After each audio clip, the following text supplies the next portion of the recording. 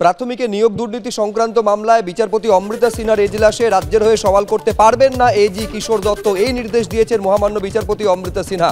আরো বিস্তারিত আমরা এই নিয়ে জানবো, কথা বলবো আমাদের প্রতিনিধি সৌভিক মজুমদারের সঙ্গে। সৌভিক, কি কারণে এই নির্দেশ?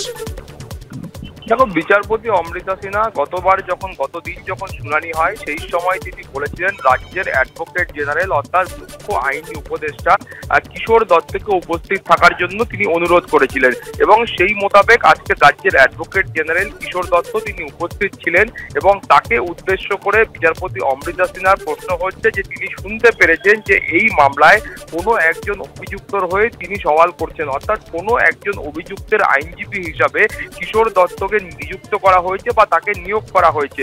ফলত এই ঘটনা কতটা সত্যি সেই সম্পর্কে তথ্যের জন্যই তিনি কিন্তু অ্যাডভোকেট জেনারেল কিশোর দত্তকে ডেকে পাঠিয়েছিলেন এবং কিশোর দত্ত তিনি জানিয়েছেন যে তিনি এই মামলার ক্ষেত্রে সুজয় কৃষ্ণ ভদ্র অর্থাৎ কালীঘাটের কাকুর হয়ে তিনি সওয়াল জবাব করছেন এবং অন্য এজলাসে যেখানে তার এই মামলা চলছে অর্থাৎ সুজয় কৃষ্ণ ভদ্রের মামলা চলছে সেখানে কিশোর দত্ত তার আইনজীবী হিসাবে অ্যাপিয়ার করছেন।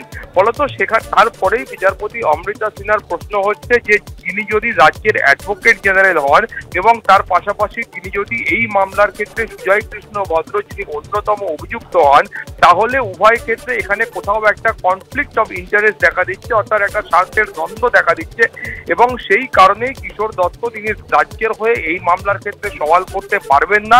অন্য কারো হয়ে সওয়াল করতে হলে তার প্রশ্ন আলাদা ছিল, কিন্তু এই ক্ষেত্রে রাজ্যের হয়ে তিনি আর সওয়াল করতে পারবেন না এবং সেই কারণেই বিচারপতি অমৃতা সিনহা তিনি নির্দেশ দিয়েছেন যে প্রাথমিক নিয়োগ দুর্নীতির এই যে মামলা যেটা বিচারপতি অমৃতা সিনহার এজলাসে চলছিল সেই মামলায় এখন থেকে রাজ্যের হয়ে রাজ্যের মুখ্য আইনি উপদেষ্টা অর্থাৎ অ্যাডভোকেট জেনারেল তিনি আর অ্যাপিয়ার করতে পারবেন না বা দাঁড়াতে পারবেন না।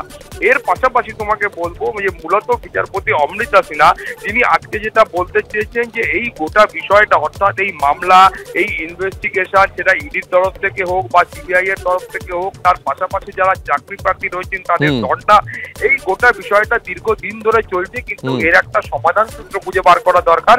সেই জন্যই তিনি মামলাকারী এবং রাজ্যকে অর্থাৎ সরকারকে তিনি আলোচনায় বসার জন্য নির্দেশ দিয়েছেন। সুব্রজিৎ, ধন্যবাদ সৌভিক। সকালের দিকে গিয়েছিলেন বসিরহাট পুলিশ জেলা ডিএসপি এবং তারপর দুপুরের দিকে যান বনগাঁ পুলিশ জেলা ডিএসপি সিজে কমপ্লেক্সে অভিযোগকারী ইডি আধিকারিকের বক্তব্য বা বয়ান রেকর্ড করার জন্য। দুক্ষেত্রে কিন্তু কার্যত খালি হাতে ফিরতে হয়েছে তাদের। আপনারা জানেন যে ইডির ওপর হামলার ঘটনায় অভিযোগ দায়ের করা হয়েছে এবং এই অভিযোগের প্রেক্ষিতে অভিযোগকারী ইডি আধিকারিকের বক্তব্য নেওয়ার জন্য বয়ান নেওয়ার জন্য তারা গেছিলেন, কিন্তু দুজনকেই ফিরতে হয়েছে একেবারে খালি হাতে। বনগাঁয় তৃণমূল নেতা শঙ্কর আড্ডোর বাড়িতে গিয়ে হামলার মুখে পড়তে হয় ইডি আধিকারিকদের। পুলিশের কাছে অভিযোগ দায়ের হয়, তদন্তে নামে বনগাঁ পুলিশ। এর আগে অভিযোগকারী ইডি ডেপুটি ডিরেক্টরের বয়ান নিতে সিজিওতে যান বসিরহাটের ডিএসপি। ইডির বয়ান না নিয়েই ফিরতে হয় পুলিশকে। অভিযোগকারী ইডি আধিকারিক অফিসে থাকলেও তার বয়ান নেওয়া যায়নি বলে দাবি করেছেন বসিরহাটের ডিএসপি। ঘটনার দিন কতজন আধিকারিক গিয়েছিলেন জানতে আগেও ইমেল করা হয় ইডিকে, জবাব মেলেনি বলে পুলিশ সূত্রে দাবি করা হয়েছে। ইডি আধিকারিকদের সঙ্গে কতজন জওয়ান গিয়েছিলেন জানতে চেয়ে ইমেল করা হয় সিআরপিএফকেও, সেক্ষেত্রেও সিআরপিএফের তরফেও জবাব মেলেনি বলে পুলিশ সূত্রে দাবি। এর আগে 6 জানুয়ারি ইডির দফতরে যান বসিরহাট পুলিশের আধিকারিকরা।